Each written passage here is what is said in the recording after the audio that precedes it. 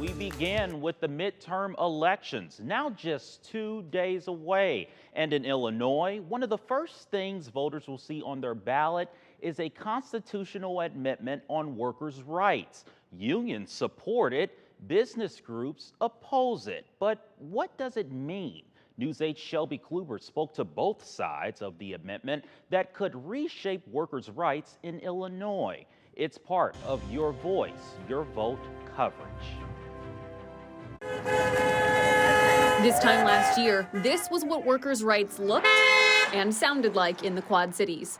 But today, that fight has moved from the sidewalk to the ballot box.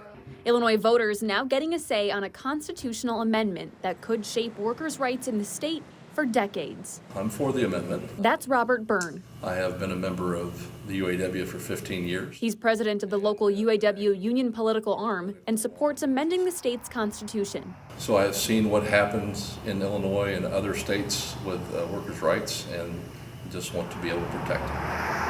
The amendment would guarantee workers the fundamental right to organize, collectively bargain, and negotiate hours, wages, and working conditions. And while most Illinois workers already enjoy these rights, the amendment would make them part of the state's constitution. Illinois has one of the strongest workers' rights laws on the books. This amendment would just change that to where legislators can't mess with it, and only the voters can make a decision on whether those rights change or not. For the nearly 1 million union workers in Illinois, it would be some of the nation's strongest protections. The need to enshrine it in the Constitution we think is overkill. But not everyone is on board.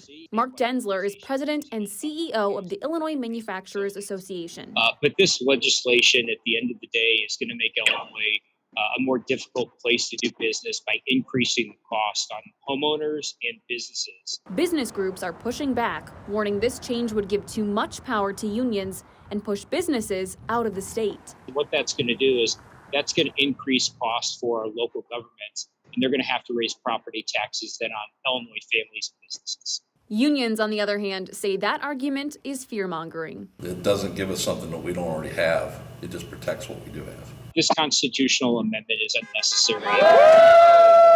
And now, each side is making one final push to the public before Election Day and the next local strike. In Moline, Shelby Kluver, WQAD News 8.